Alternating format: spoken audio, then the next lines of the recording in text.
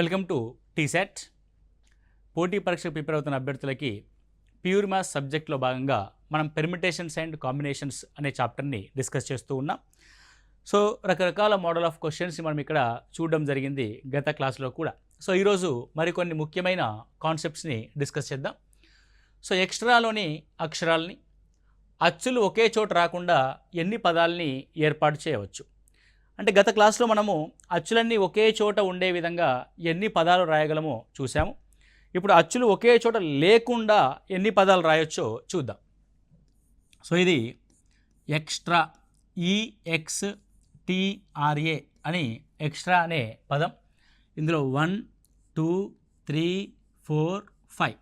So మామూలుగానైతే మొత్తం 5 ఫ్యాక్టోరియల్గా మనము పదాలని రాయవచ్చు. 5 4 20, 23 60, 62 120. అంటే సాధారణంగా 120 పదాలను రాయవచ్చు. సో ఇందులో ఉన్న అచ్చులు ఎన్ని అని కనుక మనం గమనిస్తే E and A are the vowels. ఒకవేళ E and Aని ఒక చోట ఉంచి మిగతా వాటిని ఇండివిజువల్గా రాస్తే సో మనకు ఏర్పడే అంటే అచ్చులన్నీ ఒకే చోట ఉండే విధంగా ఏర్పడే పదాల సంఖ్య ఏమవుతుంది అని అంటే ఇది ఒక పదం, ఒక అక్షరం, 2 3 4. అంటే ఇది 4 ఫ్యాక్టోరియల్ ఇంటూ 2 ఫ్యాక్టోరియల్గా చూస్తాం. సో అచ్చుల్లో ఎన్ని ఉన్నాయి? అచ్చులు ఇక్కడ 2 ఉన్నాయి కాబట్టి 2 ఫ్యాక్టోరియల్. సో దాంతోపాటు ఇదంతా 1 2 3 4 కాబట్టి 4 factorial. So that is 4 into 3 into 2 into 1 into 2 into 1గా మనం చూస్తాం. ఇవేంటివి? అచ్చులన్నీ ఒకే చోట ఉండేవి, అచ్చులు కలిసి ఉండేవి. Okay. So 4 3s 12, 12 2s 24, 24 2s 48. అంటే మొత్తము 120 పదాలలో 48 పదాలు కనుక మనకి అచ్చులు అన్నీ కూడా ఒకే చోట ఉండే విధంగా ఉంటాయి. సో EXTRAలో ఈ కామా ఏలు అచ్చులు, అచ్చులన్నీ కలిసి ఉండే పదాల యొక్క సంఖ్య ఎంత? 1 2 3 4. సో 4 ఫ్యాక్టోరియల్ చూసాం. So 4 3s 12, 12 2s 24. అదేవిధంగా ఈ కామా ఏ 2 అచ్చులు కాబట్టి వీటిని కూడా డిఫరెంట్ టైప్స్గా అరేంజ్ చేయవచ్చు కాబట్టి 2, that is 4 3s 12, 12 2s 24, 24 2s 48. అంటే 48 పదాలు అచ్చులన్నీ కలిసి ఉండే విధంగా ఉంటాయి, అచ్చులన్నీ కలిసి ఉండే విధంగా ఉంటాయి. So what is the question? Question ఏంటి? ఎక్స్ట్రాలోని అక్షరాలని అచ్చులు ఒక చోట కాకుండా ఎన్ని పదాలు ఏర్పాటు చేయవచ్చు అంటే అచ్చులన్నీ ఒకే చోట కాకుండా అంటే విడివిడిగా ఉండాలి అని అర్థం. సో కలిసి ఉండే పదాలు 48, మొత్తం పదాలు ఎన్ని? 5 4s 20, 23s 60, 62s 120, మొత్తం 120. 120 పదాల్లో 48 పదాలు అచ్చులని కలిసి ఉండే విధంగా ఉంటాయి. ఒకే చోట కాకుండా ఉండే పదాలు ఎన్ని ఉంటాయి మరి? 120 మైనస్ 48గా మనం తీసుకుంటాం. That is 72 is the answer. So ఎన్ని పదాలు రాయొచ్చు మనం? అట్లా 72 పదాలు రాయొచ్చు. So there is some print mistake here. So 72 పదాలు అచ్చులు ఒకే చోట రాకుండా ఏర్పడే పదాల యొక్క సంఖ్య ఎంత? 72. అంటే అచ్చులన్నీ ఒకే చోట ఉండే పదాలు వద్దు మనకి. అవి కాకుండా మిగతా వాటిలో అచ్చులన్నీ ఒకే చోట ఉండవు, అచ్చులన్నీ ఒకే చోట రాకుండా ఉండే పదాలు. Okay right. ఇంకొక విషయం కూడా ఇక్కడ మనం గమనించవచ్చు. మొత్తం ఇది 1 2 3 4 5 5 అక్షరాల ఏంటిది ఇది? పదం. 5 అక్షరాల పదంలో అచ్చులు ఒకే చోట ఉండకూడదు అని అంటే అర్థం ప్రతి అచ్చు మధ్య అంటే ఓవెల్కి మధ్య కాన్సోనెంట్ రావాలి. సో ఓవెల్కి మధ్య కాన్సోనెంట్ రావాలి. సో ఇప్పుడు ఒక ఓవెల్ ఒక కాన్సోనెంట్ ఉంది. సో మిగతా మూడింట్లో ఏదైనా రావచ్చు అని అర్థం. సో ఈ రకమైన కాంబినేషన్లో అంటే పెర్మిటేషన్లో అరేంజ్మెంట్లో మనం చూడడం జరుగుద్ది. రైట్. సో ఆ విధంగా ఏర్పడేవన్నీ మొత్తం 72 పదాలు అనేవి ఏర్పడతాయి. రైట్. సో నెక్స్ట్ వన్ చూస్తే సో డీటెయిల్ పదంలోని అక్షరాలను అచ్చులు బేసి స్థానాల్లో ఉండేటట్టు చేయగలిగే విభిన్న అమరికల సంఖ్య ఎంత? సో ఇక్కడ చూడండి, మళ్ళీ ఒక కండిషన్ ఇచ్చారు మనకి. DETAIL 1 2 3 4 5 6 మొత్తం 6 అక్షరాల పదం. 1 2 3 4 5 6 6 అక్షరాల పదం. సో ఆరింట్లో బేసి స్థానాలు 1 2 3 4 5 6. ఇందులో బేసివేవి అని అంటే 1 3 5. సో ఒకటో స్థానంలో, మూడో స్థానంలో, ఐదో స్థానంలో ఏ ఉండాలి? అచ్చులు బేసి స్థానంలో ఉండాలి. ఎన్ని అచ్చులు ఉన్నాయి ఇందులో? ఏ, ఈ, ఐ. అంటే 3 అక్షరాలు 3 స్థానాల్లో ఉండాలి. 3 అక్షరాలు 3 స్థానాల్లో ఉండాలి. అంటే ఇది 3 factorial. I mean it 3p3 అని రాస్తాం. అంతేగాండి. రైట్. Next one. సో మిగతా మూడింట్లో మిగతా హల్లుల్ని పెట్టేస్తాం మనం. That is also 3p3. అంటే 3 ఫ్యాక్టోరియల్ ఇంటూ 3 ఫ్యాక్టోరియల్. 3 రెంట్ల 6, 3 రెంట్ల 6, 6 6ల 36, 36 అక్షరాలు అనేటి మన ఇక్కడ ఉండడం జరుగుద్ది. కాబట్టి మనం ఫిలప్ చేయాల్సిన స్థానాల సంఖ్య ఎంత? ఆ స్థానాల్లో ఎన్ని అక్షరాలు మనం ఫిలప్ చేస్తున్నాము? 3 స్థానాల్లో 3 అక్షరాలను ఫిలప్ చేయాలి. దట్ ఈజ్ 3p3గా మనం చూస్తాము. Okay, clear. Right. Next one చూస్తే, ఏ అంకె పునరావృతం కాకుండా, ఏ ఒక అంకె కూడా మళ్ళీ రిపీట్ అవ్వకూడదు. సో 2, 3, 5, 6, 7, 9 అంకెల నుంచి 5 చేత భాగించబడే విభిన్న సంఖ్యలు ఎన్ని? 5 చే భాగించబడే విభిన్న సంఖ్యలు ఎన్ని? సో ఇక్కడ యూజ్ చేస్తున్న డిజిట్స్ ఎన్ని? 2 3 5 6 7 9. సో ఒక సంఖ్య 5 చేత భాగించబడాలంటే లాస్ట్ డిజిట్ ఖచ్చితంగా 5 లేదా 0 ఉండాలి. కానీ ఇక్కడ 0 ఉపయోగించడానికి లేదు, 5ను మాత్రం ఉపయోగించాం. అంటే 1 2 3 4 5 6 అంటే 6 అంకెలు కలిగిన సంఖ్య. 6 డిజిట్ వర్డ్ ఇది. 1 2 3 4 5 6. సో 1 2 3 4 5 6. 6 డిజిట్లో లాస్ట్ డిజిట్ ఆల్రెడీ ఫిక్స్ అయిపోయింది 5గా. దీన్ని మళ్ళీ వాడకూడదు. ఓకే, ఇక 5ని ఆల్రెడీ వాడేసాం కాబట్టి మిగిలిన సంఖ్యలన్నీ 1 2 3 4 5. ఈ 5ని 5 డిఫరెంట్ టైప్స్గా మనం అరేంజ్ చేస్తే 5 into 4 into 3 into 2 into 1. So 5 4s 20, 23s 60, 62s 120. కాబట్టి ఎన్ని అక్షరాలు ఏర్పాటు చేయొచ్చు మనము? సరే, ఎన్ని సంఖ్యలను ఏర్పాటు చేయొచ్చు? 120 సంఖ్యల్ని ఏర్పాటు చేయవచ్చు. Option 4 120 is the answer. Okay, so ఇక్కడ మీరు గమనించాల్సింది ఏంటంటే అది ఎన్ని అంకెల సంఖ్య అన్నది కూడా మీరు గమనించాల్సి ఉంటుంది. ఒకవేళ ఇదే క్వశ్చన్ కనుక డిఫరెంట్గా అడిగాడు అనుకోండి. సో ఏమడిగాడు ఇక్కడ అని అంటే 2 3 5 7 9 అంతేనా? ఇంకేమున్నాయా?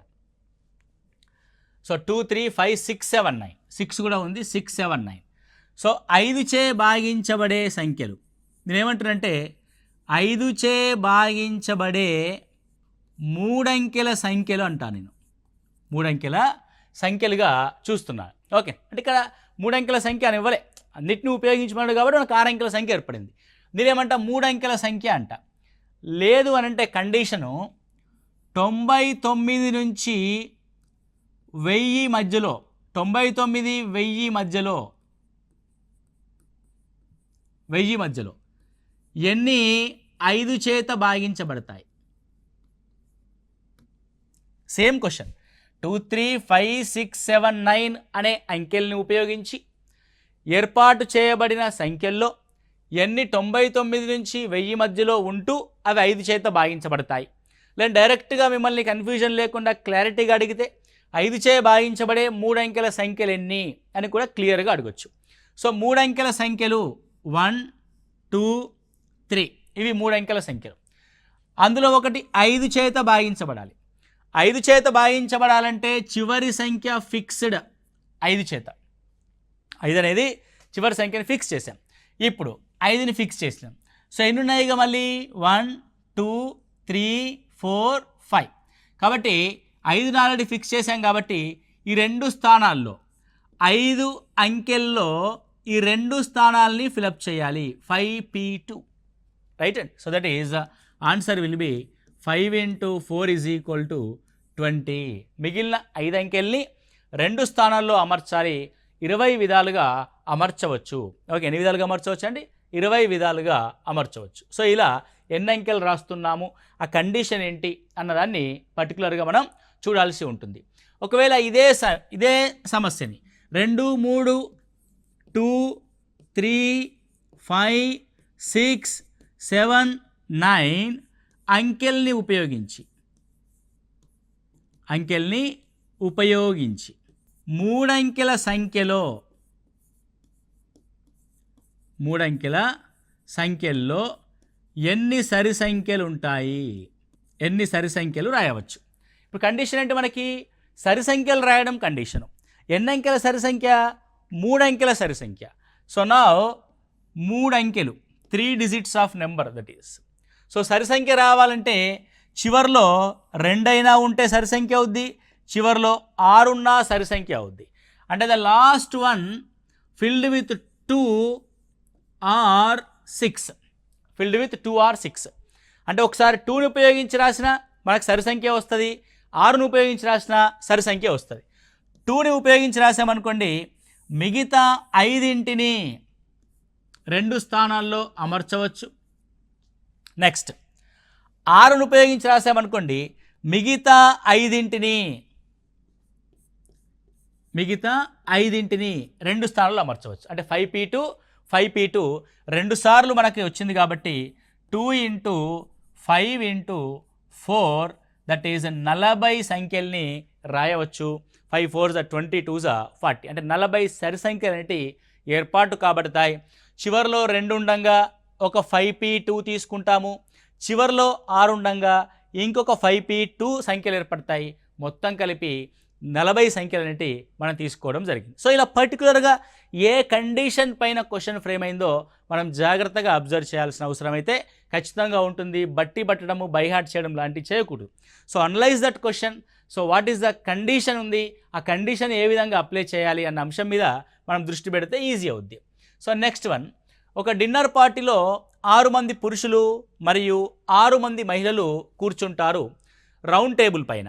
వారు ఎన్ని విధాలుగా కూర్చోవచ్చు? ఇక్కడ చూడండి, ఇప్పటి వరకు మనం కూర్చోబెట్టింది, ఇప్పటి వరకు మనం అమర్చింది లీనియర్ అంటే స్ట్రేట్ లైన్ పైన అమర్చింది. దీన్ని లీనియర్ పెర్మిటేషన్ అంట. టెక్నికల్ వర్డ్స్ ఎక్కువగా మీరు విని కంగారు పడొద్దు, కాకపోతే తెలుసుకోండి అంతే. లీనియర్ పెర్మిటేషన్, రేఖీయ ప్రస్థానము అని అంటాం. లీనియర్ పెర్మిటేషన్ అంటే స్ట్రేట్ లైన్ పైన పెట్టడం.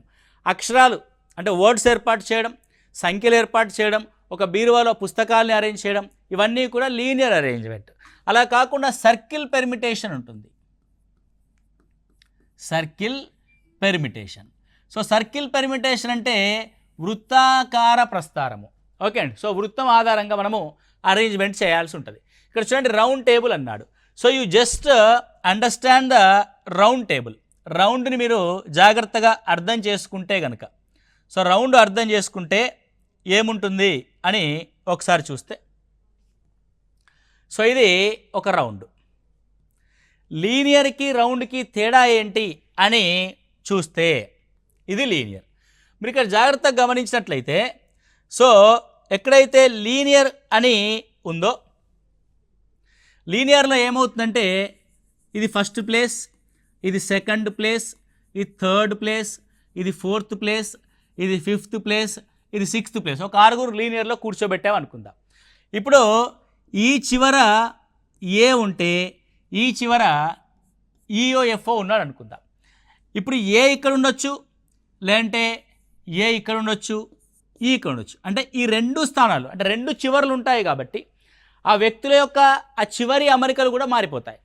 ఒకవేళ రౌండ్ కనుక తీసుకున్నట్లయితే 1 2 3 4 5 6 ఒక 6 అనుకుందాం. ఇప్పుడు రౌండ్ ఎలా ఏర్పడుతుందండి? ఇప్పుడు ఇది ఉంది కదా స్ట్రైట్ లైన్, దీన్ని వంచితే, ఓకే అండి, అదే సినిమాలో ఐరనే వంచాలా ఏంటి అన్నట్టుగా ఈ స్ట్రైట్ లైన్ని వంచితే ఏమైపోద్ది? ఈ స్ట్రైట్ లైన్ కాస్త సర్కిల్ అవుద్ది. సర్కిల్ అప్పుడు ఏమవుద్ది? ఈ 2 చివరి స్థానాలు ఒకే ఒక స్థానంగా మారిపోతాయి. అంటే 2 ఎండ్ పాయింట్స్ ఉండవు, అప్పుడు ఒకే ఒక ఎండ్ పాయింట్ ఉంటుంది. సో అప్పుడు మనం అమర్చవలసింది ఏంటంటే ఒక ఎండ్ పాయింట్ని ఫిక్స్ చేసి ఎవరో ఒకరిని అక్కడ కూర్చోబెట్టి మిగతా స్థానాల యొక్క అమరిక మారిపోద్ది. The remaining seats of arrangement can be changed only except one position.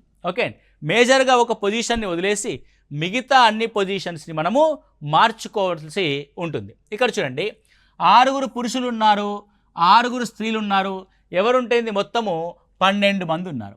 In జనరల్గా లీనియర్గానైతే 12 ఫ్యాక్టోరియల్గా మనం అరేంజ్ చేయవలసి ఉంటుంది. కానీ రౌండ్లో కాబట్టి ఏం చేస్తాము, ఒకరిని ఫిక్స్ చేస్తాం, బాబు నువ్వు ఇక్కడ కూర్చో, నీ యొక్క పొజిషన్ మారదు, మిగతా 11 యొక్క పొజిషన్స్ మాత్రం మారిపోతాయి. కాబట్టి లీనియర్ నుంచి మనం సర్క్యులర్ పెర్మిటేషన్ చేస్తున్నప్పుడు 12 - 1 ఫ్యాక్టోరియల్ అవుతుంది. కాబట్టి సో సర్క్యులర్ పెర్మిటేషన్కి వచ్చేసరికి ఏమవుతుంది అని అంటే n-1 ఫ్యాక్టోరియల్ అవుతుంది. సో n అరేంజ్మెంట్స్లో n-1 ఫ్యాక్టోరియల్ అనేది అవ్వడం జరుగుతుంది. సో ఇలా మనం అరేంజ్ చేస్తాం. ఓకే, క్లియర్గా గుర్తుపెట్టుకోండి. Next question simple. ఎన్ని రకాలుగా విభిన్నంగా 8 రంగు పూసలను స్ట్రింగ్పై థ్రెడ్ చేయవచ్చు? స్ట్రింగ్పై థ్రెడ్ చేయవచ్చు అంటే అర్థం ఒక గొలుసుని తయారు చేయడం, దీన్ని నెక్లెస్ అని అంటాం. ఇలా నెక్లెస్ అంటే యాక్చువల్ నెక్లెస్ కూడా సర్కిలే, కాకపోతే ఇటువైపు ఉన్న అరేంజ్మెంట్ కూడా సేమ్ వస్తుంది. అంటే సర్క్యులర్ అరేంజ్మెంట్కి వచ్చేసరికి n-1 ఫ్యాక్టోరియల్ తీసుకుంటాము, నెక్లెస్ అరేంజ్మెంట్కి వచ్చేసరికి హాఫ్గా డివైడ్ చేస్తాం దాన్ని. That will be n-1 factorial by 2గా మనం తీసుకుంటాం. This is 7 factorial by 2. 8 పూసలు ఉన్నాయి కదా, 8లోంచి ఒకదాన్ని మేజర్గా పెట్టి మిగతా 7ని డిఫరెంట్గా అరేంజ్ చేసి బై 2గా చేస్తాం. ఎందుకంటే వృత్తం అన్నప్పుడు ఇటువైపు కూర్చున్న వ్యక్తి ఏ, ఇటువైపు కూర్చున్న వ్యక్తి బి అనుకోండి. సో ఏ కామా బీలు ఇంటర్చేంజ్ అయితే మనకు కొత్త అరేంజ్మెంట్ వస్తుంది. కానీ మనం నెక్లెస్ ఏదైతే వేసుకుంటామో, నెక్లెస్ వేసుకుంటున్నప్పుడు half of the position same and remaining half of the position కూడా సేమ్ ఉంటుంది. కాబట్టి ఒక హాఫ్లో అరేంజ్ చేసుకుంటే మిగతా హాఫ్ ఆటోమేటిక్గా సెట్ అవుద్ది. అందుకే మనం ఏం తీసుకున్నామంటే హాఫ్గా మనం దీన్ని తీసుకోవడం జరుగుద్ది. That is 7 × 6 × 5 × 4 × 3 × 2/2. So 2 2 cancel. So ఏం చేస్తామని ఇప్పుడు 5 4 20, 60, 6 36, 360 × 7 దట్ ఈజ్ 0, 7 6 42, 7 3 21, 2520 విధాలుగా మనం ఆ 8 పూసల్ని అరేంజ్ చేయవచ్చు ఒక నెక్లెస్ మాదిరిగా. ఓకే, నెక్స్ట్ వన్ చూస్తే సో 1 2 3 4 మరియు 5 అంకెలతో 4 అంకెల సంఖ్యలు ఎన్ని ఏర్పడతాయి? సో 1 2 3 4తో 5 అంకెలు ఉన్నాయి, 5లో 4 అంకెల సంఖ్యలు అంటే 5p4గా రాస్తాం. దట్ విల్ బి 5 × 4 × 3 × 2 × 1, 5 4 20, 23 60, 62 120గా మనం రాస్తాం. Simple question. నెక్స్ట్ వన్, 15 మంది నుంచి 11 మంది గల ఒక క్రికెట్ 11 ఆటగాళ్ళని 15 మంది నుంచి 11 మంది గల ఒక క్రికెట్ 11 ఆటగాళ్ళని ఎన్ని విధాలుగా ఎంపిక చేయవచ్చు? సో ఇక్కడ చూడండి సెలక్షన్ అనేది ఉంది. సో సెలక్షన్ అనే పదం వచ్చినప్పుడు when we have the selection, the question దేనికి వచ్చేసింది? కాంబినేషన్కి వచ్చింది. Combination. So combination that means NCR. ఎంతమంది ఉన్నారు అక్కడ? 15 మంది ఉన్నారు. ఎంతమందిని సెలెక్ట్ చేయాలి? 11 మందిని సెలెక్ట్ చేయాలి. 15 మందిలోంచి 11 మందిని సెలెక్ట్ చేయాలి. మీకు ఆల్రెడీ చెప్పాం in the beginning of the chapter permutations and combination ఒక కాన్సెప్ట్ వీడియో అనేది మీకు ఉంటుంది. దీన్ని ఎలా షార్ట్కట్ వేలో చేస్తామో అక్కడ డీటెయిల్గా చర్చించాం. మళ్ళీ ఒకసారి చూస్తే 15కి 11కి ఎంత డిఫరెన్స్ ఉంది? 6. కాబట్టి నువ్వేం చేస్తావంటే 15 నుంచి 6 నెంబర్స్ని తీసుకో. 13, 12, 11, 10. ఓకే, 6 నెంబర్స్ తీసుకున్నాం బై. సో 6 నెంబర్లు తీసుకున్నావు కదా, ఇప్పుడు 6తో 6 ఫ్యాక్టోరియల్తో డివైడ్ చేయి. 6 × 5 × 4 × 3 × 2 × 1. Okay, so 4 3s 12 cancel. Next ఇంకేముందండి? 5 3s 15 cancel. Next 6 2 3s 2 7s. Okay, ఇంకా 3 3 క్యాన్సల్, ఇంకొన్ని క్యాన్సిల్ అవుతాయి, ఎస్ క్యాన్సిల్ అవుతుంది 2. So 2 5s 10. సో ఏం మిగిలింది ఫైనల్లీ 7 × 13 × 5. సో 13 7s 7 7 ముళ్ళ 21 అంటే 91 × 5, 5 1s 5, 5 9s 45. So 455 is not there. So that is option none of this. ఒకసారి మీరు క్లియర్గా క్యాలిక్యులేషన్ పార్ట్ ఒకసారి చూసుకోండి. 4 3s 12 was cancelled. 11 ఉంది కదండి. 455 × 11 also there. So 7 13s 91 and 11 × 5 ఉంది. 91 × 5 455 × 11. So 11 5s 55, 11 5s 55 + 5 60, 11 4 44 + 6 5005. సో మొత్తానికి అయితే మళ్ళీ ఆన్సర్ ఎంత వచ్చింది, నన్ ఆఫ్ దిస్ వచ్చింది, దట్ ఈస్ 5005గా మనం చూస్తాం. Okay right, this is the way of approach for the combination. So ఎంతమందిని తీసుకున్నాం, 15లోంచి 11 మందిని తీసుకున్నాము. ఓకే రైట్, నెక్స్ట్ వన్ చూస్తే 6 పురుషులు 3 స్త్రీలలో 3 స్త్రీల్లోంచి 3 పురుషులు 2 స్త్రీలు ఉండే విధంగా 5 మంది గల కమిటీని ఎన్ని రకాలుగా ఏర్పరచవచ్చు. సో ఏమంటున్నాడు, 6 పురుషులులోంచి 3 తీసుకోవాలి. 6C3 కమిటీ పూర్తయిందా, అవలే, ఐండ్ అన్నాం కాబట్టి ఇంటూ తీసుకోవాలి. మీరు చూడండి పెర్మిటేషన్స్ అండ్ కాంబినేషన్స్లో ఆర్ అనే అర్థం వస్తే ప్లస్ తీసుకోవాలి, ఐండ్ అనే అర్థం వస్తే మల్టిప్లికేషన్ని తీసుకోవాల్సి ఉంటుంది. ఇప్పుడు 3 స్త్రీలలోంచి 2 స్త్రీలని ఎన్నుకోవాలి కాబట్టి 3C2. 6C3 అంటే 6 × 5 × 4/3 × 2 × 1 × 3 × 2/2 అంటే 3. 3C2 అంటే 3. Right, now 3 cancel, 2 2s 4, 5 2 10, 16 60. So ఎన్ని రకాలుగా ఎన్నుకోవచ్చు, 60 రకాలుగా ఎన్నుకోవచ్చు. So what is the answer, none of this is the answer again, that is 60 విధాలుగా మనం ఆ కమిటీని ఏర్పాటు చేయవచ్చు. ఓకే రైట్, సో ఇవన్నీ ప్రీవియస్ ఎగ్జామినేషన్ క్వశ్చన్స్, అందుకే నన్ ఆఫ్ దిస్ అనేది ఎక్కువగా రిపీట్ అవుతున్నట్టుంది. అంటే ఆ ఎగ్జామినేషన్ స్ట్రాటజీ ఆ విధంగా ఉంది. నన్ ఆఫ్ దిస్ పెట్టడానికి మీరు చాలా ధైర్యంగా ఉండాలి, చాలా జాగ్రత్తగా కూడా ఉండాల్సి ఉంటుంది. నెక్స్ట్ చూడండి, 7 పురుషులు మరియు 3 స్త్రీల నుంచి 5 పురుషులు 2 స్త్రీలు గల విభిన్న సమూహాలు ఎన్ని ఉంటాయి. Again we are going to choose 7 men నుంచి 5 మెన్ని ఎంచుకోవాలి ఇంటూ 3 స్త్రీల్లోంచి 2 స్త్రీలని ఎంచుకోవాలి. 7C5 అంటే we can return as 7 × 6/2 × 1 × 3. Okay, so 2 ముళ్ళ 6, 7 ముళ్ళ 21 × 3. సో 3 × 3, 3 2 6. సో ఎన్ని విధాలుగా ఎన్నుకోవచ్చు, 63 విధాలుగా ఎన్నుకోవచ్చు. సో 7C5 అంటే 7కి 5కి డిఫరెన్స్ 2 కాబట్టి కేవలం 2 నెంబర్లు మాత్రమే న్యూమరేటర్లో మల్టిప్లై చేసా, డినామినేటర్లో 2 ఫ్యాక్టోరియల్ తీసుకున్నా.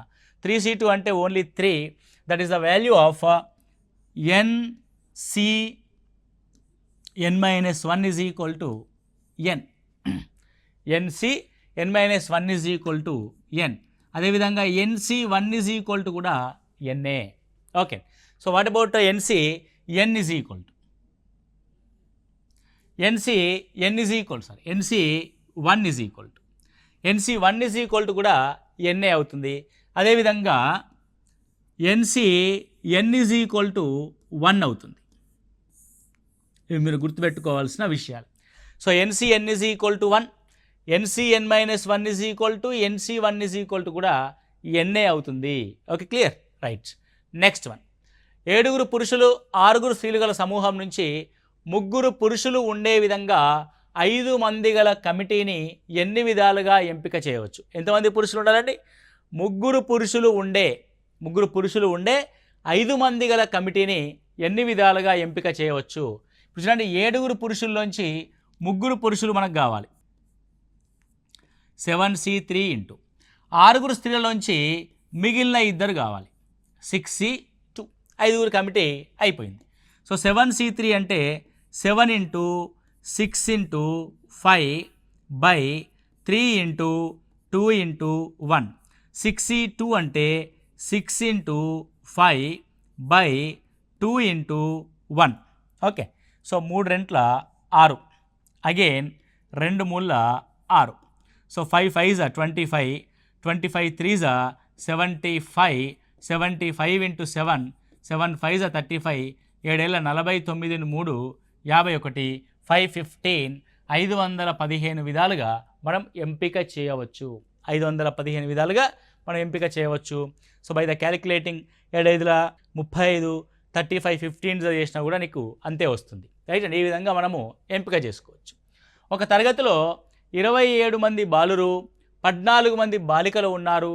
ఉపాధ్యాయుడు ఒక బాలుడిని ఎంచుకోవాలి అనుకున్నప్పుడు ఒక ఫంక్షన్ కోసం తరగతికి ప్రాతినిధ్యం వహించే ఒక అబ్బాయి మరియు ఒక అమ్మాయి ఉండే విధంగా గురువు ఎన్ని విధాలుగా ఎంపిక చేయగలడు? ఓకే, సో ఇక్కడ చూడండి, ఉపాధ్యాయుడు ఇది లేదు, ఇది ఉపాధ్యాయుడు ఎంచుకోవాలనుకున్నాడు ఒక ఫంక్షన్ కోసం. తరగతికి ప్రాతినిధ్యం వహించడానికి ఒక అబ్బాయి మరియు ఒక అమ్మాయి ఉండే విధంగా ఆ గురువు ఎన్ని విధాలుగా ఎంపిక చేయగలడు? రైట్, లెట్స్ సీ మొత్తం ఎంతమంది ఉన్నారు? 27 మంది బాలురు ఉన్నారు. కాబట్టి 27 మంది బాలురులోంచి ఒకరిని, నెక్స్ట్ 14 మంది బాలికల్లోంచి ఒకరిని ఎంపిక చేసుకుంటే సరిపోద్ది. 27 C1 into 14, the answer will be 27 into 14. Answer 27 into 14. So 14 7s 70, 28 అంటే 98. Okay, so 14 2s 28. It will be 378 విధాలుగా ఎన్నుకోవచ్చు. 378 విధాలుగా మనం ఎన్నుకోవచ్చు. సో నెక్స్ట్ క్వశ్చన్, పరీక్షలో 3 బహిరైచ్ఛిక ప్రశ్నలు మరియు ఒక్కొక్క దానికి 4 ఎంపికలు ఉన్నాయి. విద్యార్థి అన్ని సమాధానాలు పొందడంలో విఫలమయ్యే మార్గాల సంఖ్య ఏది? విఫలమయ్యే మార్గాల సంఖ్య ఏది? ఫర్ ఎగ్జాంపుల్ ఒక క్వశ్చన్ ఉందండి. ఒక క్వశ్చన్కి 4 ఆప్షన్స్ ఉన్నాయి. 1 2 3 4. ఈ 4గింటిని ఎన్ని విధాలుగా ఎన్నుకోవచ్చు? అతను 4గింటిని ఎన్ని విధాలుగా ఎన్నుకోవచ్చు? ఒక ఆప్షన్ అంటే ఒక ఆప్షన్ ఎంచుకోవాలంటే 4C1 అంటాం మనం. సో 4C1 అంటే 4. సో 4 ఇంటూ 4 ఇంటూ 4, ఎందుకంటే 3 క్వశ్చన్స్ కాబట్టి. ఫస్ట్ క్వశ్చన్కి 4 విధాలుగా ఎన్నుకోవచ్చు, సెకండ్ క్వశ్చన్కి 4 విధాలుగా ఎన్నుకోవచ్చు, థర్డ్ క్వశ్చన్కి 4 విధాలుగా ఎన్నుకోవచ్చు. ఎందుకు? అక్కడ ఉన్నాయి 3 బహుళైచ్ఛిక ప్రశ్నలు అన్నాడు కాబట్టి. అంటే మొత్తము ఆన్సర్ని ఎన్నుకునే విధాలు 64. సో 3ంటికి 3 కూడా కరెక్ట్ ఆన్సర్ని ఎంచుకోవడం ఛాన్స్ అంటే ఒకే ఒక్కసారి ఛాన్స్ ఉంటుంది. ఎందుకంటే ఇందులో బీని ఎంచుకున్నాడు, రైట్ ఆన్సర్ అయింది. రెండో దాంట్లో సి ఎంచుకున్న రైట్ ఆన్సర్ అయింది. మూడో దాంట్లో డి ఎంచుకున్న రైట్ ఆన్సర్ అయింది. అంటే ఒకే ఒక ఛాన్స్ ఉంటుంది. ఆ కాంబినేషన్స్ మనం రాస్తూ వెళ్తూ ఉంటే అన్నిట్లో కరెక్ట్ ఆన్సర్ చూజ్ చేసుకోవడానికి ఉన్న అవకాశం ఒకటే ఒకటి ఉంటుంది. ఫర్ ఎగ్జాంపుల్ మనము హెడ్స్ అండ్ టైల్స్ ఆడామనుకోండి, 3 కాయిన్స్ ఎగరేస్తే 3ంటికి 3 హెడ్స్ పడే ఛాన్స్ ఎంత ఉంటుంది? ఒకటే ఒకసారి వస్తుంది. అలాగే ఈ 64 అవకాశాల్లో ఒక్కసారి మాత్రమే అన్ని ప్రశ్నలకి సరైన సమాధానం చెప్పగలడు. మిగతా 63 సార్లు అన్నింటికీ సమాధానం చెప్పడంలో విఫలమవుతాడు, ఫెయిల్ అవుతాడు. కాబట్టి అన్నింటికీ సమాధానం చెప్పడంలో విఫలమయ్యే మార్గాల సంఖ్య ఎంత అంటే 64లో ఒక్కసారి మాత్రమే సక్సెస్ కాగలడు. కాబట్టి మిగతా 63 సార్లు అతను ఫెయిల్ అవుతాడు. కాబట్టి what is the answer? 63 was the answer. Okay, so this is the permutations and combinations అనే టాపిక్.